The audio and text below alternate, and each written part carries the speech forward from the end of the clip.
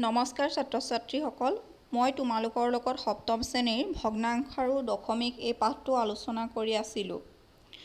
মই যোৱাটো ভিডিঅ'ত ভগ্নাংশৰ ভাগকেইটাৰ বিষয়ে আলোচনা কৰিছিলোঁ, লগতে সমতুল্য বা সমমান ভগ্নাংশনো কেনেদৰে উলিয়ায় সেই বিষয়ে তোমালোকৰ আগত দেখুৱাইছিলোঁ। এতিয়া আমি এই ভগ্নাংশৰ দশমিক চেপ্টাৰ অনুশীলনী 2.1ৰ কেইটামান অংক আলোচনা কৰিম। এতিয়া প্ৰথমটো হৈছে ভগ্নাংশৰ পূৰণ মই দেখাবলৈ ওলাইছোঁ অনুশীলনী 2.1ৰ প্ৰথম প্ৰশ্ন আছিলে পূৰণফল উলিওৱা। তাৰে এৰ 1টো আছিলে 6 × 2/3 মানে 6 পূৰণ 3/2। এই পূৰণটো আমি কেনেদৰে উলিয়াম চোৱা। প্ৰথমতে লিখি ল'লোঁ 6 পূৰণ 3/2। 6ৰ তলত একো নাই আছে মানে 1 আছে বুলি আমি ধৰি ল'ম। এতিয়া চোৱা, হৰ আৰু হৰৰ লগত পূৰণ হ'ব, লবৰ লগত পূৰণ হ'ব, মানে 3 পূৰণ 1 2 পূৰণ 6। এতিয়া 6 2 × 12 হ'ল 3 × 3। হেতে 3য়ে 12ক আমি কটাকটি বা লঘিষ্ঠ আকাৰলৈ নিব পাৰোঁ। 3 4 × 12, গতিকে 3য়ে কাটিলোঁ 3 × 3 3 4 × 12 মানে 4ৰ তলত 1 আছে, কিন্তু আমি 1টো নিলিখিলেও হ'ব, উত্তৰটো হ'ব 4। অন্য এটা নিয়ম আছে চোৱা, 6 পূৰণ 3/2, 6ৰ তলত একো নাই মানে 1 আছে, গতিকে আমি তলে ওপৰে কটাকটি কৰিব পাৰোঁ দেই। তেতিয়া 3য়ে 6ক দুবাৰ যায়, গতিকে 3য়ে 6ক কাটি দিলোঁ, 3 × 3 3 2 6।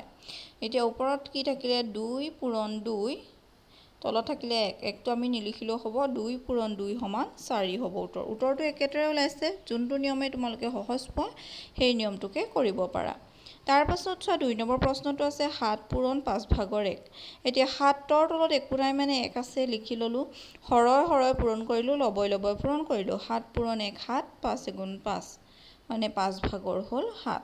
এতিয়া চোৱা, হৰটোৱে লবটোক হৰণ কৰিলোঁ, 5 × 5, 7ৰ পৰা 5 গ'লে 2। যিটো বাৰ যায় মানে 1টো বাৰ গৈছে, গতিকে 1টো আগত লিখিলোঁ। যোনে হৰণ কৰিছোঁ সেইটো তলত লিখিলোঁ, 5টো তলত লিখিলোঁ, আৰু যিটো ভাগফল মানে যিটো ভাগশেষ থাকিলে 2 থাকিলে সেইটো ওপৰত লিখিলোঁ, মানে 1 সমষ্টি 5/2 পালোঁ। সেইটো অপ্ৰকৃত ভগ্নাংশ আছিলে 5/7টো, আৰু এইটো মিশ্ৰ ভগ্নাংশলৈ নিলোঁ। তাৰ পাছত চোৱা 3 নম্বৰটো আছে 5 পূৰণ 2 সমষ্টি 4/3। 2 সমষ্টি 4/3 এইটো কি হৈ আছে, মিশ্ৰ ভগ্নাংশ, আৰু আগত এটা গোটা সংখ্যা পূৰণ হৈ আছে। গোটা সংখ্যা যেতিয়া এটা ভগ্নাংশৰ লগত পূৰণ হৈ থাকে কেনেদৰে কৰা হয় আগতে তোমালোকে দেখিছিলা, কিন্তু এইটো এটা মিশ্ৰ ভগ্নাংশ। মিশ্ৰ ভগ্নাংশটো আমি অপ্ৰকৃত ভগ্নাংশলৈ নি ল'ব লাগিব। মই পাতি ল'লোঁ 5 পূৰণ 2 সমষ্টি 4/3। এতিয়া চোৱা, মিশ্ৰ ভগ্নাংশটো অপ্ৰকৃত ভগ্নাংশলৈ কেনেকৈ নিয়ে। হৰটোৱে আগত থকা গোটা সংখ্যাটোৰ লগত পূৰণ কৰিবা, 2 পূৰণ 4 যোগ ওপৰত যিটো থাকিব, ওপৰত যিটো ভাগশেষ থাকিব সেইটো বা লব থাকিব সেইটো যোগ কৰি দিবা। মানে গোটা সংখ্যাটোৱে তলৰ হৰটোৰ লগত পূৰণ কৰিবা আৰু লবটো যোগ কৰি দিবা। এতিয়া 4 2 × 8, 8 3 11। এতিয়া কি হ'ল, 5 পূৰণ 4/11। এতিয়া 5ৰ তলত একো নাই মানে 1 আছে বুলি আমি ধৰি ল'লোঁ। এতিয়া হৰ লবৰ পূৰণ হ'ল, 4 × 4 5 11 × 55। এতিয়া 4/55 এইটো হৈছে অপ্ৰকৃত ভগ্নাংশ, আৰু অপ্ৰকৃত ভগ্নাংশটো মিশ্ৰ ভগ্নাংশলৈ নিবলৈ হ'লে হৰটোৱে লবটোক হৰণ কৰিব লাগিব। 4 × 4, 5ৰ 4 গ'লে 1, ওপৰৰ পৰা 5 নামিলে 4 3 × 12, 15ৰ 12 গ'লে 3। এতিয়া যিটো বাৰ যায় সেইটো আগত লিখিব লাগিব, 13। যিহে হৰণ কৰিছোঁ সেইটো তলত লিখিলোঁ হৰ, আৰু যিটো থাকি গ'ল সেইটো লিখিলোঁ লব 3। 13 সমষ্টি 4/3। তাৰ পিছৰটো চোৱা, মিশ্ৰ ভগ্নাংশৰ লগত এটা গোটা সংখ্যা পূৰণ কৰিছে, 2 সমষ্টি 4/3 পূৰণ 5।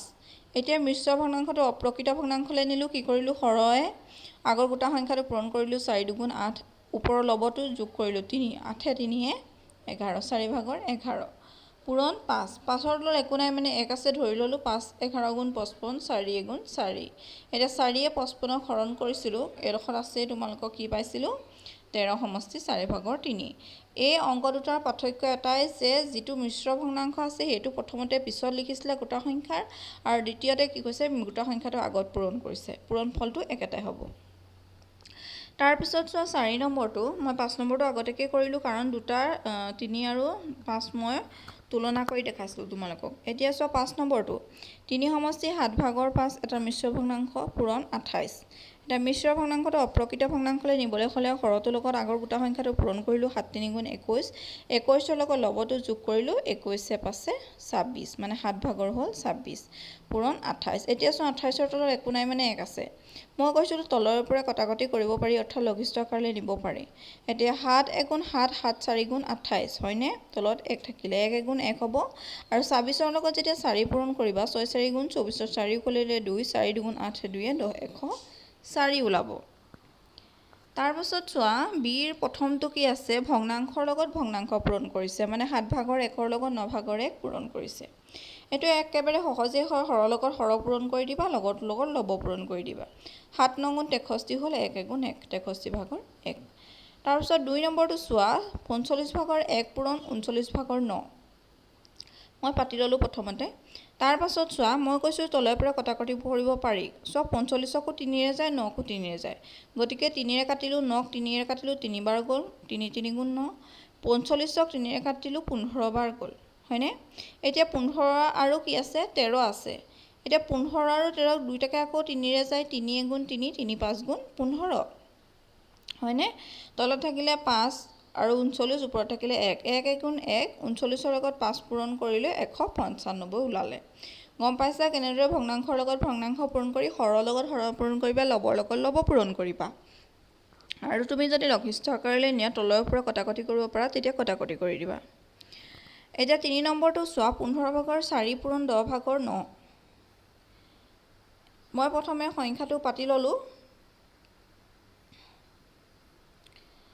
15 ভাগৰ 4 পূৰণ 10 ভাগৰ 9 এতিয়া চোৱা প্ৰথমতে এই সাইডত মই দেখাই দিছো 15 ভাগৰ 4 পূৰণ 10 ভাগৰ 9 15 আৰু 9ক 3 ৰে যায় দুইটাকে 3 ৰে যায় হয়নে 3 হৰণ যায় গতিকে 3 ৰে কটাকটি কৰিলো 9ক 3 ৰে বাৰ যোৱালো 3 3 × 9 3 টো পাতিলো 15ক 3 ৰে হৰণ কৰিলে থাকে 5 3 5 × 15 গতিকে 5 টো পাতিলো যোনে হৰণ কৰিছোৱা সেই সংখ্যাটো নাপাতিবা যিটো পোৱা সেই সংখ্যাটো পাতিবা মানে 3 ৰে 9ক হৰণ কৰিলে 3 বাৰ যায় গতিকে 3 পাতিছো 15ক 3 ৰে হৰণ কৰিলে 3 5 × 15 5 বাৰ যায় গতিকে 5 টো পাতিছো এতিয়া চোৱা তলত থাকিলে 5 পূৰণ 10 আৰু ওপৰত থাকিলে 4 পূৰণ 3 আকৌ চোৱা 4 আৰু 10ক কটাকটি কৰিব পাৰি 4কো 2 ৰে যায় 10কো 2 ৰে যায় 4ক 2 ৰে কাটিলে 2 থাকিব আৰু 10ক 2 ৰে কাটিলে 5 থাকিব এতিয়া চোৱা তলত 5 পূৰণ 5 হ'ব ওপৰত 2 পূৰণ 3 এতিয়া 5 5 × 25 3 2 × 6 এইটো আৰু লঘিষ্ঠ আকাৰলৈ নিব নোৱাৰি গতিকে 25 ভাগৰ 6 লিখিলো বুজি পাইছা সাইডত এনে কৰিও চাবা যদি নোৱাৰা ইয়াত ডাইৰেক্ট